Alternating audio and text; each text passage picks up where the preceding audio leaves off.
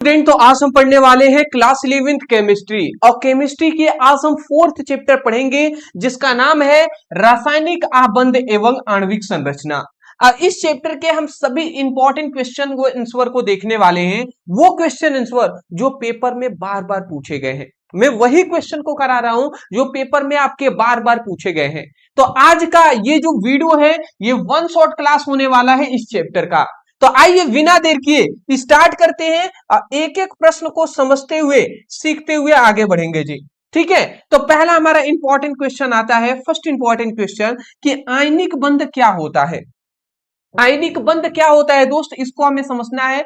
मैं आपको बता दे रहा हूं ये वीवीआई है, बहुत बार ये पेपर में पूछा गया है। आइए समझ लेते हैं। तो सबसे पहले आयनिक बंध, आयनिक बंध किसे कहेंगे, तो यहां पे हमने लिखा हुआ है कि जब एक परमाणु अपने इलेक्ट्रॉन देकर दूसरे परमाणु से ग्रहण करता है और दोनों के बीच विद्युत आकर्षण से बंध बनता है तो उसी को आयनिक बंध कहते हैं। मतलब यहां पे कहा ना कि जब एक परमाणु अपना इलेक्ट्रॉन को देकर दूसरा परमाणु उस इलेक्ट्रॉन को ग्रहण कर लेता है और उन दोनों के बीच बीच एक विद्युत आकर्षण से एक बंध बनता है जिसे हम आयनिक बंध कहते हैं। सीधी बात कहें तो देख लीजिए, एक हम यौगिक ले लेते हैं, जैसे NaCl, यह हमारा यौगिक है। तो आप अगर देख सकते हैं इसमें Na भी है और Cl भी है, दो यहाँ पे एक सोडियम एक परमाणु है, एक क्लोरीन एक परमाणु है। तो वास्तव में क्या होता है ना, जो हमारा Na होता है तो Na पर वास्तव में प्लस आयन होता है। क्यों? क्योंकि ये एक इलेक्ट्रॉन क्या करता है, एक इलेक्ट्रॉन देता है। और जो ये क्लोरीन है ना, क्लोरीन पर वास्तव में Cl माइनस होता है। क्यों क्लोरीन पे क्यों माइनस होता है? क्योंकि ये एक इलेक्ट्रॉन जो है ये ले लेता है क्लोरीन अपने तरफ। ये जो क्लोरीन है ये एक इलेक्ट्रॉन जो है ना, एक इलेक्ट्रॉन ये क्लोरीन ले लेता है। तो देखिए, जब ये सोडियम एक इलेक्ट्रॉन दे रहा है तो जो देता है उस पर धनात्मक आवेश आता है, और ये क्लोरीन एक इलेक्ट्रॉन ले लेता है तो इस पर एक ऋणात्मक आवेश आता है। तो सीधी बात है कि एक ने इलेक्ट्रॉन को दिया और दूसरे ने इलेक्ट्रॉन को ले लिया। तो जब यहाँ पे वही कहा गया है, जब एक परमाणु अपना इलेक्ट्रॉन देकर जब एक परमाणु अपना इलेक्ट्रॉन देकर और दूसरा परमाणु उसे ग्रहण करके और दूसरा जो परमाणु है उसको ग्रहण करता है तो इन दोनों के बीच विद्युत आकर्षण लगता है। इन दोनों के बीच एक क्या होता है, विद्युत आकर्षण होता है। अब विद्युत आकर्षण के कारण इन दोनों के बीच एक विद्युत आकर्षण बनता है, विद्युत आकर्षण होता है और इस आकर्षण के कारण एक बंध बनता है और इसी बंध को हम क्या कहते हैं, आयनिक बंध कहते हैं। सीधी बात है, आप जानते हैं ना कि प्लस जो होता है वो माइनस की ओर आकर्षित होता है। तो सोडियम पर देख सकते हैं कि सोडियम पर क्या है जी, प्लस चार्ज है, ठीक है, और Cl पर क्या है, माइनस चार्ज है। तो ये दोनों आपस में जुड़ेंगे तो ये जो इनके बीच जो बंध बनता है तो उसी को हम आयनिक बंध कहेंगे।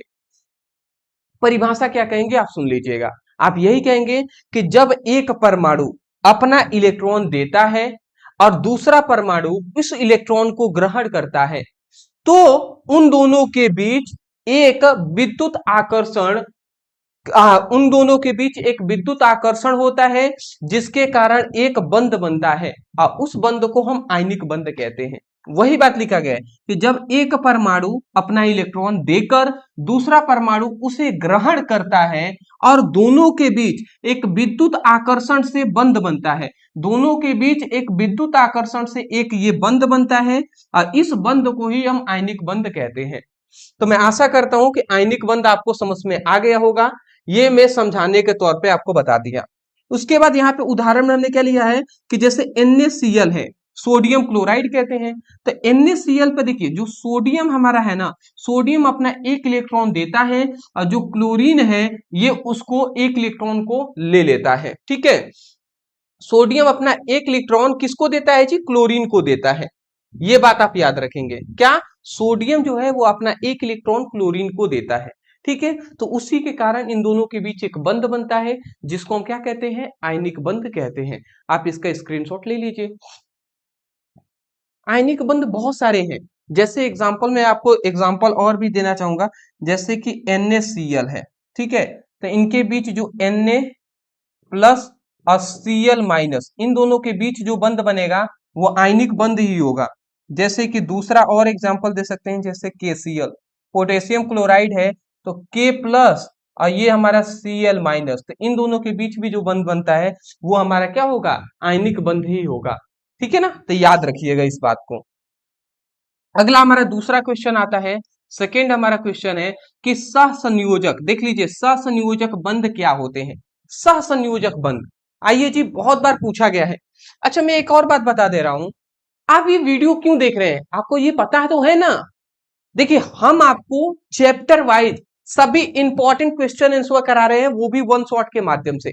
अब ये वीडियो क्यों आपको देखना चाहिए ये भी मैं आपको बता दूं, तो जितने भी स्टूडेंट हैं जो क्लास 11th के हैं, जो सच में चाहते हैं कि एक अच्छा नंबर स्कोर करना, जो ज्यादा में जो ये नहीं सोच रहे हैं, जो जिनको पूरी पढ़ाई नहीं करना है, मैं सीधा कह रहा हूं कि जो नहीं चाहते कि सर हमें बहुत अभी मेहनत करना है, ऐसा नहीं, वो चाहते हैं कि सर हमें वही क्वेश्चन बता दीजिए, वो टॉपिक हमें पढ़ा दीजिए जिससे कि हम क्लास 11th में तो एक अच्छा नंबर लाए ही, प्लस क्लास 12th में हम जाएं या हम कॉम्पिटिटिव एग्जाम की तैयारी करें तो हमें कोई भी प्रॉब्लम या दिक्कत ना हो, उतना हमें बता दीजिए क्लास 11th में।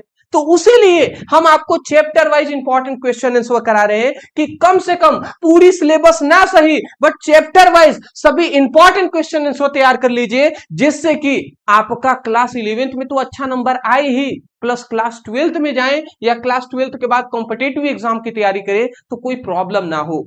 बात समझ गए होंगे, तो इसीलिए हम आपको ये करा रहे हैं जी। नहीं तो अक्सर स्टूडेंटों को देखने को मिलता है कि क्लास 11th अच्छे से पढ़े नहीं, तो क्लास 12th में जब जाते हैं ना तो उनको बहुत सारी चीजों की दिक्कत आती है, तो इसीलिए हम आपको ये सब करा रहे हैं।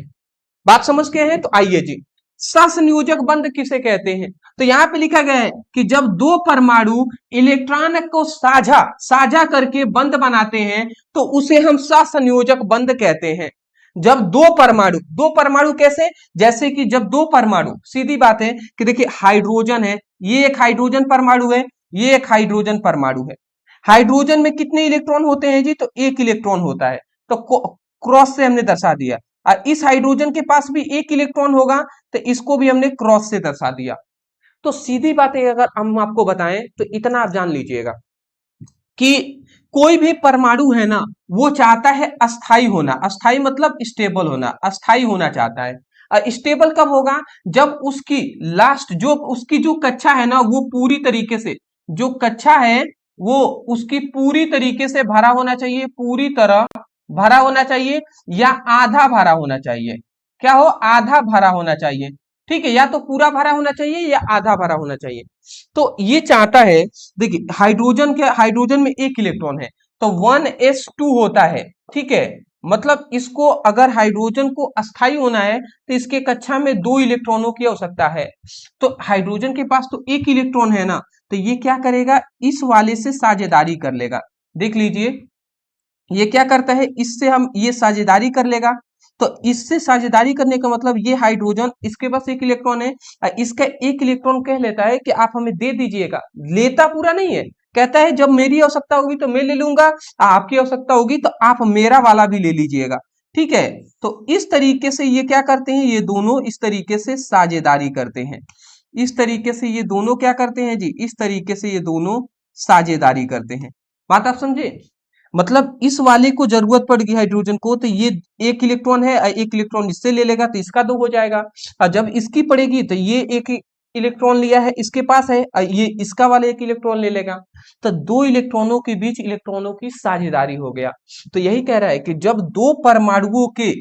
दो परमाणु इलेक्ट्रॉन की साझेदारी करते हैं, तो जब साझेदारी करेंगे तो इनके बीच जो ये बंध बनेगा, इस बंध को हम कहते हैं सहसंयोजक बंध, सहसंयोजक बंध कहते हैं, ठीक है, इसी को हम सहसंयोजक बंध कहते हैं।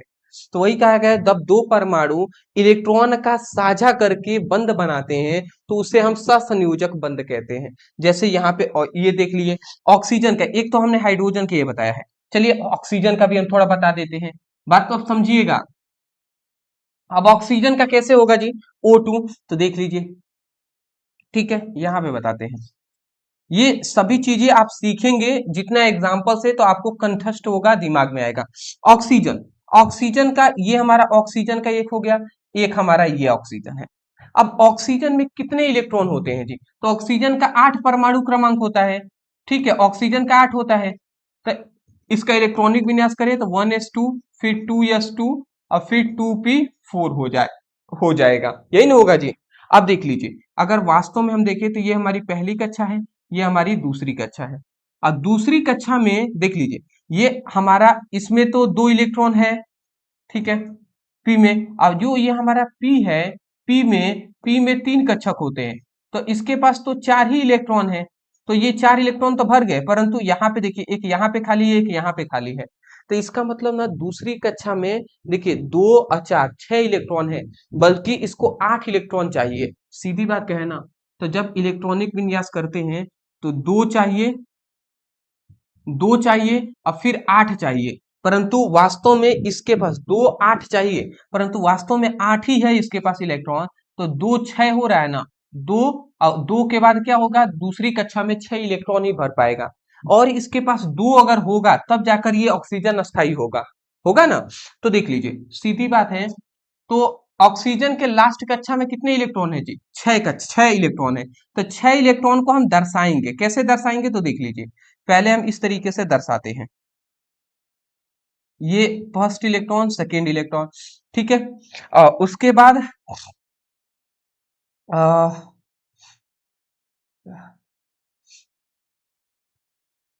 आ, देख लीजिए, ये 6 इलेक्ट्रॉन हमने बाहरी कक्षा का दर्शा दिया, ठीक है। ये भी हमारा ऑक्सीजन ही है, तो इसके पास भी 6 इलेक्ट्रॉन होंगे, तो 1 2 3 4 5 6, ठीक है। तो 2 ऑक्सीजन है, ऑक्सीजन का हमने दिखा दिया कि बाहरी कक्षा में 6 इलेक्ट्रॉन है, तो 6 इसका भी दिखा दिए हैं, इसका भी 6 दिखा दिए हैं। अब इसको भी चाहिए 8, सॉरी ये ऑक्सीजन है, ओहो मैं माफी चाहूंगा, ये दूसरा हम लिखे थे ना, तो ये ऑक्सीजन, चलिए ऑक्सीजन ये मान लेते हैं। तो अब ये हमारा दूसरा एग्जाम्पल हम यहाँ पे आपको बता रहे हैं, तो आप थोड़ा बात को समझिएगा। इसको चाहिए 8 इलेक्ट्रॉन, इसको भी चाहिए 8 इलेक्ट्रॉन, तो ये दोनों ना 2 इलेक्ट्रॉन की साझेदारी कर लेते हैं। अब साझेदारी कैसे करेंगे तो मैं आपको बता दे रहा हूँ। साझेदारी ऐसे होता है ना कि, सॉरी, साझेदारी ऐसी होती है कि ये कहता है कि ये अपना 2 जो इलेक्ट्रॉन है ये हमको दे दीजिए, साझेदारी कर लीजिए, जब मुझे आवश्यकता पड़ेगी तो आपसे 2 इलेक्ट्रॉन ले लेंगे। और ये वाला भी कहता है कि हमें भी 2 ही इलेक्ट्रॉन की आवश्यकता है, तो मुझे भी जब आवश्यकता होगी तो मैं आपसे 2 इलेक्ट्रॉन ले लूंगा। तो देख लीजिए, इसमें 2 इलेक्ट्रॉन की साझेदारी होती है, तो इसको हम क्या कहेंगे, सहसंयोजक बंध इसको कहेंगे। इसलिए ऑक्सीजन मतलब O2 में ना, O2 की अगर आप संरचना बनाएं तो याद रखेंगे, जब O2 की संरचना आप बनाते हैं O2 का, तो वास्तव में कैसे बनता है, ये हमारा O है, ये हमारा O है, इन दोनों के बीच डबल बंध बनता है। क्यों डबल बंध जी? क्योंकि ये दोनों इलेक्ट्रॉन एक साथ, ये दोनों इलेक्ट्रॉन एक साथ, तो इसलिए O डबल बॉन्ड बनता है। तो यहाँ पे जो बंध बना है इसे भी सहसंयोजक बंध ही कहते हैं। अब क्लोरीन का भी आप ऐसे ही निकाल सकते हैं। 2 एग्जांपल दे दिए ना, स्क्रीनशॉट ले लीजिए। अगला हमारा आता है लुईस संरचना क्या है। अब हमारा कह रहा है कि लुईस संरचना क्या है जी, तो आइए हम लुईस संरचना भी समझते हैं। इन दोनों में ज्यादा डिफरेंट सभी टॉपिक में नहीं है, थोड़ा थोड़ा ही है, ध्यान से समझिएगा। लुईस संरचना क्या, किसी अणु में परमाणु के बीच, किसी कोई भी अणु है तो किसी अणु में परमाणु के बीच साझा या स्थानांतरित इलेक्ट्रॉनों को बिंदु के रूप में दर्शाने की विधि को लुईस संरचना कहते हैं। मतलब सीधी बात यह है कि ये हमारा H2O है, ठीक है, H2O है, ठीक है। तो H2O में अगर हम इसकी संरचना बनाएं तो कैसे बनेगा जी, ये हमारा ऑक्सीजन है, ये हमारा H है, ये हमारा H है, ठीक है। तो यहाँ पे हम कह रहे हैं कि किसी अणु में उपस्थित जो परमाणु होते हैं, तो किसी अणु में उपस्थित परमाणुओं के बीच साझा या स्थानांतरित इलेक्ट्रॉनों को बिंदु के रूप में दर्शाना। साझा वाले इलेक्ट्रॉन को, तो इसमें कितने कितने होते हैं जी, इसके इसके कितने इलेक्ट्रॉन होते हैं, तो हम जानते हैं कि ऑक्सीजन के बाहरी कक्षा में कितने 6 इलेक्ट्रॉन होते हैं, तो ये हमने 6 इस तरीके से दर्शा दिया, इसके बाहरी कक्षा में 1, इसके बाहरी कक्षा में 1, तो आपको ये पता रहना चाहिए कि इन दोनों, देख लीजिए हमने बिंदु के रूप में क्रॉस हमने दिखाया है, वास्तव में इस तरीके से बिंदु के रूप में अगर हम इन इलेक्ट्रॉनों को दर्शाते हैं ना, तो इस संरचना को हम क्या कहेंगे, लुईस संरचना कहते हैं। ठीक है, सॉरी। ठीक है, तो इस बात को आपको याद रखना है, ठीक है ना। चलिए एक अभी सर्दी हो गया है ना। अभी हम आपको थोड़ा सा समझा देते हैं इसको कैसे होगा। देखिए अगर मैं आपको कहूं, अगर हम H2O के वास्तव में हम संरचना बना देना, तो कैसे इसकी संरचना बनेगा। वास्तव में दो हाइड्रोजन है, तो एक हाइड्रोजन इधर हो जाएगा, एक हाइड्रोजन इधर हो जाएगा, अब बीच में ऑक्सीजन हो जाएगा, और इन दोनों के बीच ये बंध बन जाएगा। अब कैसे बंध बनेगा, तो देख लीजिए इसके पास इसका एक इलेक्ट्रॉन इस हाइड्रोजन का, इस इससे अपना एक इलेक्ट्रॉन लेता है, फिर इसका एक हाइड्रोजन और इसका एक इलेक्ट्रॉन। देखिए सीधी बात कहा ना कि जो साझेदारी, यहाँ पे देखिए साझा या स्थानांतरित इलेक्ट्रॉनों को, जो सभी को नहीं दिखाना है, जो साझा कर रहे हैं या इलेक्ट्रॉनों का स्थानांतरित कर रहे हैं, उनको अगर बिंदु के रूप में दर्शाएंगे तो उन्हीं को हम क्या कहेंगे, उसी को हम लुईस संरचना कहते हैं। ओहो क्या हो गया भैया, हमें परेशान हो गए हम। आह, पता नहीं क्या हो गया हमें, बहुत लगभग 2-3 महीने हो गए हैं, सर्दी जा ही नहीं रही है, छींक बार बार छींक आ रहा है, सर्दी मतलब क्या ही कहा जाए, लग रहा है कि इन्फेक्शन टाइप का लग रहा है मुझे, हो गया है। ठीक है, इसको लग रहा है दिखाना पड़ेगा। अब दिखाने के लिए क्या है ना, मैं सोच रहा हूँ कि जाऊं हॉस्पिटल, बट हॉस्पिटल है दूर, यहाँ से 40-45 किलोमीटर दूर हमारे घर से, एक अच्छा हॉस्पिटल। नॉर्मल तो दवा हम करा लिए हैं, बट ठीक नहीं हो रहा है, दवा खा रहे हैं तो ठीक हो रहा है, फिर हो जा रहा है। मैं सोच रहा हूँ कि जिले में जाकर, जिले के जो अस्पताल हैं वहां पे करा लिया जाए, तो उसके लिए जाएंगे तो पूरा दिन लग जाएगा, अब पूरा दिन लग जाएगा तो फिर आपकी क्लासेस नहीं चल पाएंगे। तो यही सोच रहे हैं, बट जाना तो पड़ेगा, बहुत डिस्टर्ब इस तरीके से हो जा रहे हैं। ठीक है ना, तो ये आपको याद रखना है। यहाँ उदाहरण में भी हमने लिख दिया है कि हाइड्रोजन H2O में लुईस संरचना, O परमाणु दो हाइड्रोजन से दो जोड़ी इलेक्ट्रॉन साझेदारी करता है। सही बात है जी, देख लीजिए यहाँ पे दो जोड़ी इलेक्ट्रॉन क्या करता है, साझेदारी करता है। तो ये बात आप याद रखेंगे, दो जोड़ी इलेक्ट्रॉनों की साझेदारी करता है। ठीक है, तो ये आप याद रखेंगे। चलिए जी, तो इसका आपको पता चल गया ना कैसे होगा है। सीधी बात कहें तो अगर हम इसको जो क्रॉस के टाइप में हम दिखा दे रहे हैं, तो इसको अगर क्रॉस टाइप में दिखाएं तो वास्तव में क्या होता है, कि वास्तव में ये होता है ना कि देख लीजिए हाइड्रोजन के पास वास्तव में कितने, बाहरी कक्षा में अभी हमने बताया है कि 6 इलेक्ट्रॉन होते हैं। अभी ना हमने बताया कि ऑक्सीजन का 8 होता है, तो पहली कक्षा में 2 और दूसरी कक्षा में 6 भरता है, जबकि इसको 8 चाहिए। तो 6 कौन कौन सा है, 2 ऊपर 2 नीचे, 4 हो गया। और एक ये वाला 5 और एक ये वाला 6, ये ऑक्सीजन के हो गए। और ये हाइड्रोजन का एक इलेक्ट्रॉन है, ये हाइड्रोजन के एक इलेक्ट्रॉन है। तो ऐसे साझेदारी किया है तो इसको 8 इलेक्ट्रॉन चाहिए ना, इस ऑक्सीजन को। तो देख लीजिए 2 2 4 2 6 2 8 साझेदारी से हो गया है। इसको हाइड्रोजन को चाहिए 2 इलेक्ट्रॉन, तो देख लीजिए हाइड्रोजन को 2 इलेक्ट्रॉन इस तरीके से मिल जाएंगे, इस हाइड्रोजन को 2 इलेक्ट्रॉन चाहिए, तो ये भी हो गया। तो सब साझेदारी करके संतुष्ट हो गए हैं, इसलिए H2O बनता है, जल का अणु बनता है। ठीक है, चलिए जी, मैं आशा करता हूँ समझ के होंगे।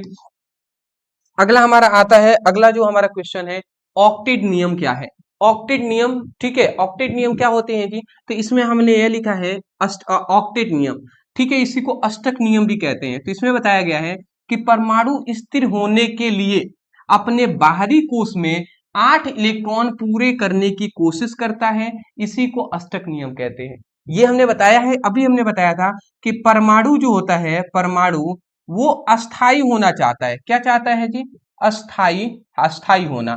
ठीक है, अस्थाई मतलब होता है स्टेबल होना चाहता है। ठीक है, अस्थाई कब होगा जी, जब परमाणु की जो कक्षाएं हैं, तो जो परमाणु की जो बाहरी कक्षा है, ठीक है, उसमें 8 इलेक्ट्रॉन होने चाहिए।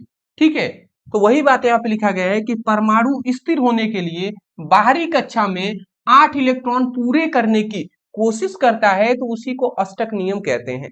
अब यहाँ पे उदाहरण में जैसे हमने ले दिया है NaCl, अब NaCl में क्या होता है, तो अगर NaCl को अगर आप देखें तो NaCl में होता ये है कि Na अपना एक इलेक्ट्रॉन क्लोरीन को दे देता है। सही बात है जी। तो देगा तो क्या होगा, देख लीजिए।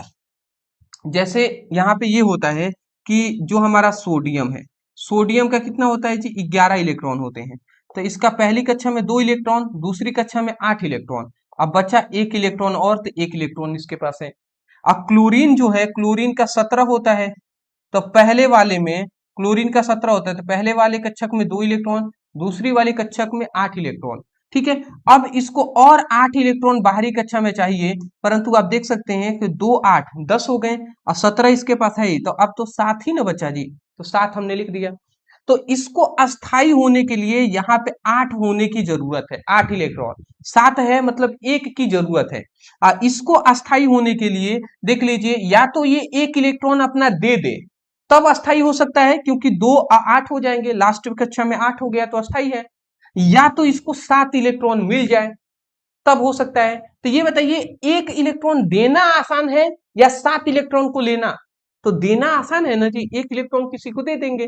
तो यहाँ पे यही होता है कि ये सोडियम है, ये अपना 1 इलेक्ट्रॉन इसको दे देता है, और ये जो क्लोरीन है ये सोडियम से 1 इलेक्ट्रॉन ले लेता है। ठीक है। तो जब दे देगा तो यही सोडियम पे क्या बनता है, प्लस बनता है, और ये क्लोरीन 1 इलेक्ट्रॉन ले लेता है, इसीलिए क्लोरीन पर माइनस बनता है। अब जब दो आयनों के बीच क्या होता है, बंध बन जाता है, जब दो परमाणु आयन है इनके बीच जो बंध बनता है ना, तो इसी बंध को हम आयनिक बंध कहते हैं। ठीक है। तो यहाँ पे ये हमारा अष्टक नियम का पालन कर रहे हैं, तो यही होता है। तो यही लिखा गया है, सोडियम अपना 1 इलेक्ट्रॉन, सोडियम अपना 1 इलेक्ट्रॉन देता है और क्लोरीन उसको ले लेता है। ठीक है। तो इससे सोडियम भी क्या हो जाता है, 2 8 हो जाएगा, और क्लोरीन भी 2 8 8 हो जाएंगे। ठीक है। तो बन जाते हैं। तो दोनों के पास 8 इलेक्ट्रॉन होने से ये दोनों ही स्थिर हो जाते हैं, स्टेबल हो जाते हैं। ठीक है। तो ये बात आपको पता होनी चाहिए जी, चाहिए ही चाहिए। आगे बढ़े।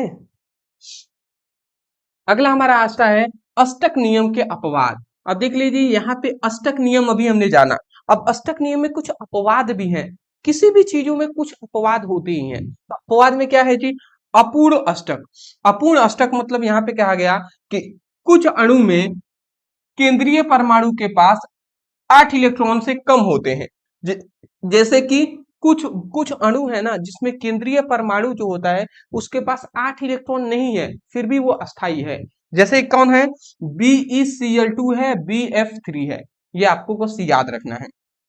अगला आता है विस्तृत ऑक्टेट। अब विस्तृत अष्टक क्या होता है, तो कुछ अणु में केंद्रीय परमाणु के पास 8 इलेक्ट्रॉन से अधिक, 8 से भी अधिक इलेक्ट्रॉन होते हैं, फिर भी वो अस्थाई है। जैसे कि PCl5 SF6 या XeF4, इन सभी के पास 8 से अधिक इलेक्ट्रॉन है, फिर भी ये अस्थाई है। ठीक है, किसके पास, जो केंद्रीय परमाणु है। अगला आता है विषम इलेक्ट्रॉन वाले परमाणु। विषम मतलब क्या, जिन अणुओं में इलेक्ट्रॉनों की संख्या विषम होती है तो वे अष्टक पूरा नहीं कर पाते। ठीक है, अष्टक पूरा नहीं कर पाते, जैसे कि NO और NO2। विषम मतलब क्या जी, हम जानते हैं कि 8 एक क्या है, सम संख्या है। तो विषम संख्या का मतलब क्या होगा, या तो अधिक होगा या तो कम होगा। तो विषम संख्या वाले अपना अष्टक पूरा नहीं कर पाते। ठीक है, जैसे कि NO और NO2। तो ये आप याद रखेंगे, स्क्रीनशॉट ले लीजिए अष्टक नियम का। ये क्या हमने जान लिया जी, ये अष्टक नियम का अपवाद है। ठीक है, आते हैं अगला अपना क्वेश्चन की ओर।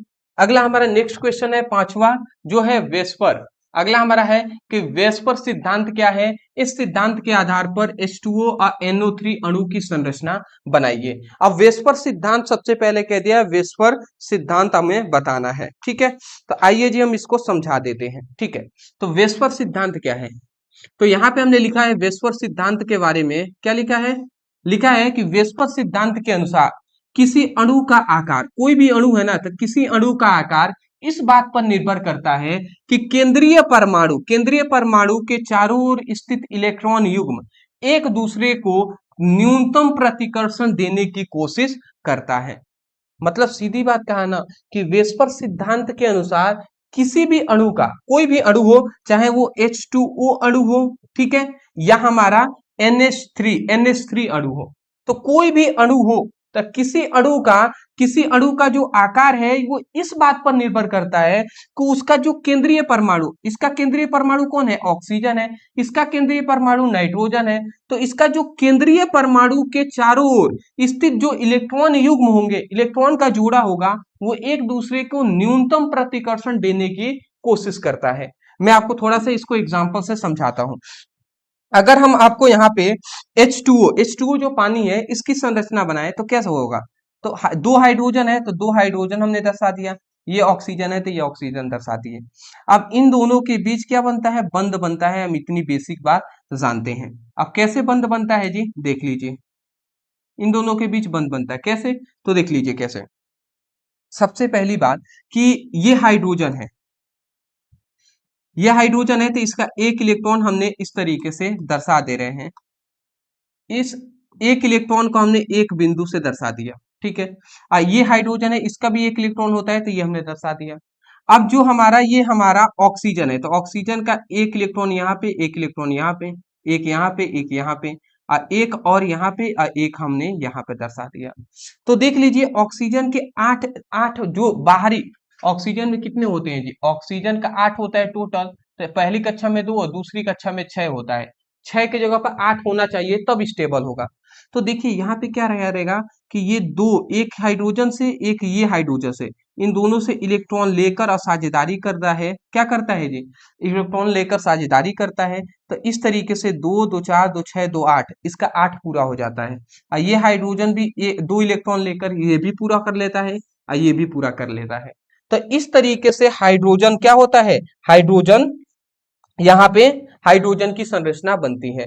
तो यहाँ पे हमें यही बात बताया गया कि वेस्पर सिद्धांत के अनुसार किसी भी अणु का जो आकार होता है, ठीक है, किसी भी अणु का आकार इस बात पर निर्भर करता है कि उसमें केंद्रीय धातु जो परमाणु है, उसमें जो ये केंद्रीय धातु परमाणु है, जो केंद्रीय धातु परमाणु है उसके चारों ओर स्थित जो इलेक्ट्रॉन युग्म है, इलेक्ट्रॉन का जोड़ा है, वो एक दूसरे को न्यूनतम प्रतिकर्षण देने की कोशिश करते हैं, एक दूसरे को कम प्रतिकर्षित करने की कोशिश करते हैं। तो यही बात है जी। तो ये आप बता देंगे। इसमें आपको याद रखना है कि केंद्रीय परमाणु ऑक्सीजन है, केंद्रीय परमाणु कौन है, ऑक्सीजन है। दूसरी बात, कुल युग्म 2 बंध युग्म है और 2 एकल युग्म है। बंध युग्म मतलब कि देखिए बंध यहाँ पे बनाए हुए हैं, ये 2 बंध युग्म है, ठीक है, यहाँ पे 2 बंध युग्म है, ये साझेदारी किए हुए हैं ना, साझेदारी किए हुए हैं, तो ये 2 बंध युग्म है, बंध द्वारा बना हुआ युग्म है। और 2 एकल युग्म है, मतलब अकेले इलेक्ट्रॉनों का जोड़ा है। तो देखिए एक ये हो गया, एक ये हो गया, 2 एकल युग्म हो गए। उसके बाद कह रहा है इसकी आकृति जो होती है वो भी आकार का होता है। वास्तव में ऐसे ऐसे दिखा तो रहा है, पर वास्तव में ये भी आकार का इसकी आकृति होती है। इनका जो बंध कोण होता है वो 400 क्या होता है, 104.5, मतलब इन दोनों के बीच का ये जो बंध कोण बनेगा वो कितना बनेगा, 104.5 डिग्री बनता है, ठीक है। ऐसे ही जो NH3 है, इसकी अगर हम संरचना बना दें तो वास्तव में नाइट्रोजन है, और इसके क्या होते हैं जी, इसके ये हमारे हाइड्रोजन हो जाएंगे, इसके 3 हाइड्रोजन यहाँ पे जुड़ जाएंगे, ठीक है। अब देख लीजिए सबसे पहली बात, अगर हम इस वाले को दिखाएं, इस वाले हाइड्रोजन के इलेक्ट्रॉन यहाँ पे, इसका यहाँ पे, इसका यहाँ पे, ऐसे हमने दर्शा दिया। नाइट्रोजन का कितना होता है, नाइट्रोजन का 7 होता है ना, तो अगर 2 और दूसरा क्या होगा 5, लास्ट कक्षा में 5 इलेक्ट्रॉन है, इसको चाहिए 8 होना, 8 के लिए 5 है तो 5 को हम दिखा देते हैं। तो सबसे पहली बात 2 यहाँ पे हमने दिखा दिया, ठीक है, 2 इलेक्ट्रॉन, फिर यहाँ पे तीसरा इलेक्ट्रॉन को यहाँ पे क्रॉस से दर्शा दिए, चौथे को यहाँ पे क्रॉस से और पांचवे को यहाँ पे क्रॉस से, ठीक है। तो देखिए नाइट्रोजन के पास अब 8 इलेक्ट्रॉन हो जाएंगे कि नहीं, देख सकते हैं आप। इस तरीके से अगर हम देखें, इस तरीके से अगर हम देखें तो नाइट्रोजन के पास यहाँ पे, नाइट्रोजन के पास 8 इलेक्ट्रॉन अब हो गए होंगे। इस तरीके से अगर देखें तो नाइट्रोजन के पास कितने हो गए होंगे, 8 इलेक्ट्रॉन, तो इस तरीके से हो ही गए, ठीक है। इस हाइड्रोजन को 8 इलेक्ट्रॉन चाहिए, इस हाइड्रोजन को भी 8 इलेक्ट्रॉन चाहिए, ठीक है। तो इस हाइड्रोजन को भी 8 इलेक्ट्रॉन चाहिए, तो इस तरीके से, सॉरी, इस हाइड्रोजन को 2 इलेक्ट्रॉन चाहिए, तो ये हमारा हो गया। इसको भी 2 इलेक्ट्रॉन चाहिए, तो इस तरीके से, इसको भी हाइड्रोजन को 2 इलेक्ट्रॉन चाहिए, तो इस तरीके से। तो यहाँ पे ये हमारा क्या हुआ है, अमोनिया का एक संरचना हमने बनाया हुआ है। अब यहाँ पे केंद्रीय परमाणु नाइट्रोजन है, तो ये हमने लिखा हुआ है। दो देखिए यहाँ पे कुल कुल युग्म जो बने हैं वो 3 बंद युग्म बना है। बंद युग्म मतलब देखिए एक बंद का जोड़ा, एक ये और एक ये, 3 बंद युग्म बने हैं और एक एकल युग्म, एक ये एकल युग्म बने हैं। इसका कोई मतलब नहीं है, ये एकल है ये। फिर इसकी आकृति त्रिकोणीय होता है, त्रि के आकार का होता है, इस तरीके से होता है, इस तरीके से। तो देख सकते हैं फर्स्ट सेकेंड थर्ड, तो त्रिकोणीय आकृति पिरामिड होता है और इनके बीच का जो कोण बनता है वो 160 डिग्री का बनता है। तो ये आप वेस्पर सिद्धांत भी आपको याद रखना है। इसमें केवल फिगर बनाकर ये सब पूरा लिखना पड़ेगा, ठीक है। चलिए जी, अच्छी बात है। अगला हमारा आता है कि आणविक कक्षीय सिद्धांत। आणविक कक्षीय सिद्धांत क्या है, साथ ही सिग्मा बंध और पाई बंध के अंतर लिखिए। मतलब आणविक कक्षक सिद्धांत क्या है और सिग्मा बंध और पाई बंध में अंतर बताइए। तो आइए समझ लेते हैं जी आणविक कक्षक सिद्धांत। पहले आणविक कक्षक सिद्धांत समझते हैं। तो क्या इसमें बताया गया है, इसमें यह बताया गया कि जब दो परमाणु आपस में निकट आते हैं, जब दो परमाणु आपस में निकट आते हैं तो उनके परमाणविक कक्षक आपस में मिलकर आणविक कक्षक बनाते हैं, ठीक है। तो आणविक कक्षकों में इलेक्ट्रॉन साझा रूप में रहता है, तो इसी को रासायनिक बंध, इससे रासायनिक बंध का निर्माण करता है, जिससे रासायनिक बंध का निर्माण करता है जी। तो यही है आणविक कक्षीय सिद्धांत। इसमें सीधी बात, इस सिद्धांत में यही बात बताया गया कि जब दो परमाणु, ठीक है, इसमें हमें यही बात बताया गया, देख लीजिए, इसमें हमें यही बात बताया गया कि जब दो परमाणु, जब दो, ये क्या है जी, परमाणु है, ये हमारा क्या है, परमाणु है, परमाणु है, ये भी हमारा क्या है, परमाणु है। तो जब दो परमाणु आपस में क्या आते हैं, जब दो परमाणु आपस में निकट आते हैं, निकट मतलब पास आते हैं, तो जब पास आएंगे ना, तो पास आएंगे तो क्या होगा जी कि परमाणविक कक्षक, इन दोनों परमाणु हैं तो इनका परमाणु कक्षा होंगी।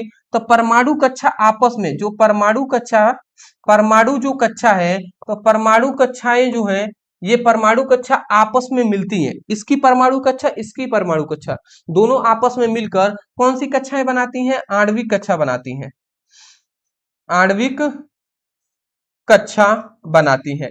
और इस आणविक कक्षा से, आणविक कक्षा बनाती हैं। आणविक कक्षा में क्या होता है, इलेक्ट्रॉनों की साझा रूप में, इलेक्ट्रॉनों का साझा रूप से रहता है। इलेक्ट्रॉन इसमें क्या होगा, आणविक कक्षा में इलेक्ट्रॉन जो होगा वो साझा रूप में रहेगा, ठीक है। साझा मतलब तुम हमसे जरूरत पड़ेगा तो एक ले लेना, हमें जरूरत पड़ेगा तो एक दे देना, इसी को साझेदारी है, साझा करना है। तो आणविक कक्षक में इलेक्ट्रॉन साझा रूप में रहते हैं और साझा रूप में रहने के कारण ही रासायनिक बंध का निर्माण होता है, यही बात बताया गया। तो आपको बताएंगे आणविक कक्षक सिद्धांत में कि इस सिद्धांत के अनुसार जब दो परमाणु आपस में निकट आते हैं तो इन दोनों परमाणु के जो परमाणविक कक्षक हैं वो आपस में मिलकर आणविक कक्षक का निर्माण करते हैं और आणविक कक्षक में इलेक्ट्रॉन साझा रूप में रहते हैं, जिससे रासायनिक बंध का निर्माण होता है।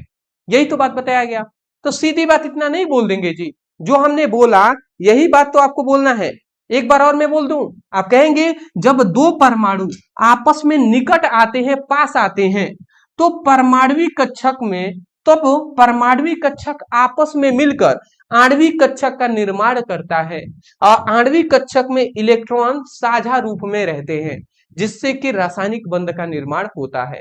यही बात यहाँ पे हमने लिखा हुआ है कि जब दो परमाणु आपस में निकट आते हैं तो उनके परमाणविक कक्षक आपस में मिलकर आणविक कक्षक का बनाते हैं, निर्माण करते हैं। तो इन आणविक कक्षक में इलेक्ट्रॉन साझा रूप में रहते हैं, इन आणविक कक्षक में इलेक्ट्रॉन साझा रूप में रहते हैं, जिससे रासायनिक बंध का निर्माण होता है। मैं आशा करता हूं समझ के होंगे, तो ये ज्यादा टॉपिक हार्ड नहीं है। अगला यहाँ पे एक बात आप याद रखेंगे कि जो यहाँ पे सिग्मा बंध की विशेषताएं और पाई बंध की विशेषताएं, ये दो आपको याद रखना है। क्यों? क्योंकि यहाँ पे जो कि यहाँ पे जब परमाणविक कक्षक बनेगा, ठीक है, तो इससे रासायनिक बंध का निर्माण होता है। रासायनिक बंध भी दो प्रकार के होते हैं, एक हमारा सिग्मा बंध बनता है और एक को पाई बंध कहते हैं। सिग्मा बंध किसे कहेंगे तो समझ जाइएगा। तो सिग्मा बंध में ये होता है, ये आपको केवल याद रखना है कि यह बंध सिर से सिर क्या होता है, अति व्यापन होता है। मतलब इस बंध में क्या होता है, सिर से हेड ऑन हेड होता है, सिर से सिर के में क्या होता है, अति व्यापन होता है। इसमें जो पाई बंध है, इस बंध में बगल से क्या होता है, अति व्यापन होता है, बगल से साइड से होता है इसमें। इसमें क्या होता है जी, इसमें हेड से होता है। दूसरी बात बताया गया कि यह सबसे मजबूत बंध होता है सिग्मा बंध। और जो पाई बंध होता है, ठीक है, जो पाई बंध होता है यह सिग्मा बंध से कमजोर बंध होता है, ठीक है, ये जो पाई बंध है। अगली बात तीसरा, इसमें इसमें तीसरा क्या कहा गया कि ये अणु की कक्ष के चारों ओर घूर्णन की क्या होता है, अनुमति देता है। मतलब जो सिग्मा बंध है ना, यह अणु की जो अक्ष है, अणु का जो अक्ष है उसके चारों ओर घूर्णन करने के लिए, गति करने के लिए अनुमति देता है। जबकि जो पाई बंध है ये अणु की अक्ष के चारों ओर घूर्णन करने की अनुमति नहीं देता है, ये याद रखेंगे। फिर चौथा इसमें बताया गया कि यह हर बंध से पहले बनता है। ये मतलब हर बंध, जो भी बंध है उन सभी से पहले ये बंध सिग्मा बंध बन जाते हैं। जैसे एकल बंध, द्विबंध, त्रिबंध से पहले भी सिग्मा बंध बनता है। जबकि ये जो हमारा पाई बंध है, यह बंध हमेशा सिग्मा बंध के बाद ही बनता है, मतलब इसके बाद ही ये पाई बंध बनेगा। अंतिम उदाहरण में हमने दे लिया है, जैसे कि H2CO4 आदि, इन सभी में सिग्मा बंध बनता है। इसकी संभावनाएं बहुत कम होती हैं जी, बहुत कम होती है इसकी बनने की संभावनाएं। फिलहाल अगर आप एग्जाम्पल कहें कि नहीं सर हम एग्जाम्पल इसका भी बता दीजिए, तो इसका आप याद रखेंगे C2H4, ठीक है, जिसका नाम हम कहते हैं एथीन, ठीक है। अदर आप दे सकते हैं C2H2, इसका नाम क्या है, एसीटिलीन, एसीटिलीन कहते हैं, एसीटिलीन, ठीक है। तो ये आप याद रखेंगे, ये भी इसका एग्जाम्पल है। परंतु ये बहुत कम बंध, पाई बंध बहुत कम बनता है। स्क्रीनशॉट ले लिए हैं। अगला आता है कि बंध कोण। अगला आता है बंध कोण क्या होता है। H2O, NH3 और CH4 में बंध कोण की तुलना कीजिए। अब इन तीनों में बंध कोण की तुलना करना है। सबसे पहले बंध कोण क्या होते हैं, तो हमने ये बताया कि दो सहसंयोजक बंधों के बीच स्थित केंद्रीय परमाणु पर बनने वाले कोण को बंध कोण कहते हैं, ठीक है। मतलब दो सहसंयोजक बंधों के बीच केंद्रीय जो परमाणु है उनके केंद्रीय परमाणु पर बनने वाला जो कोण होता है उसे बंध कोण कहते हैं।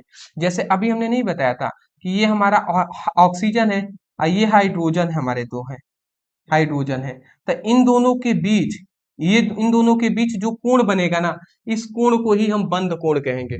तो ये दो हमारे सहसंयोजक बंध है। तो दो सहसंयोजक बंधों के बीच केंद्रीय परमाणु, ये केंद्रीय परमाणु ऑक्सीजन है, तो केंद्रीय परमाणु के पर बनने वाला जो ये कोण है इसी को बंध कोण कहते हैं। जैसे अगर हम पीछे लेके जाएं तो आपको यहाँ पे अभी हमने बताया है, क्या क्या बताया है जी कि HOH मतलब H2O की अगर संरचना बनाते हैं तो इनमें जो बंध कोण होगा 145 होगा, सॉरी 104.5 डिग्री होता है।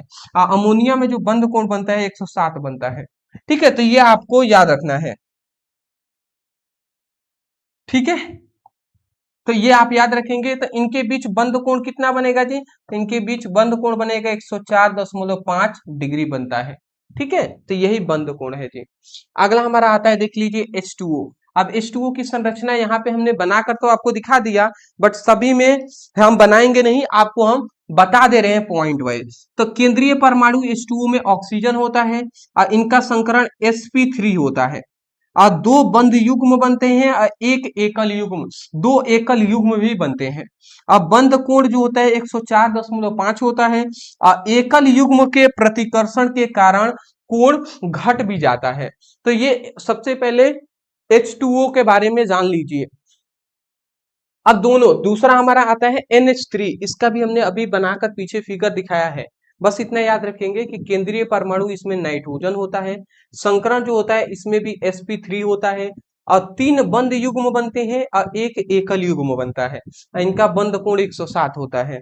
और CH4 जो मीथेन है, इसमें आप याद रखेंगे केंद्रीय परमाणु जो होता है कार्बन होता है और इसमें भी संकरण sp3 होता है और इसमें चार बंध युग्म बनते हैं कोई एकल युग्म नहीं बनता। इसका बंध कोण 109 मतलब 109.5 डिग्री होता है। तो ये भी आप इसका स्क्रीनशॉट आप ले लीजिए, ठीक है।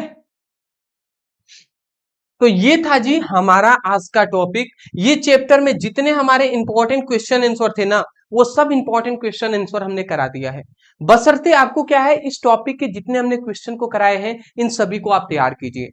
आप कहीं से पढ़ाई कर रहे हैं वो कोई दिक्कत नहीं है, बट हमसे इसलिए आप पढ़ाई कीजिए जिससे कि आपकी एग्जाम की तैयारी बेहतर तरीके से हो सके, क्योंकि हम चैप्टर वाइज अब इंपॉर्टेंट जो वन शॉट के माध्यम से अब सभी क्वेश्चन को करा रहे हैं। तो पढ़ाई जरूर कीजिएगा, ठीक है ना। अदरवाइज चैनल पे नए हैं तो चैनल को सब्सक्राइब कर लीजिए, और अभी तक इससे पहले के जो भी वीडियो आपने नहीं देखे हैं, डिस्क्रिप्शन बॉक्स में लिंक हमने दे दिया है, फिजिक्स और केमिस्ट्री दोनों का। जाइए उस पर क्लिक करके चैप्टर वाइज सभी इंपॉर्टेंट क्वेश्चन आंसर देखिए, ठीक है। थैंक यू जी, thank you so much for watching this video. कल मिलते हैं एक नए टॉपिक के साथ एक नए वीडियो में।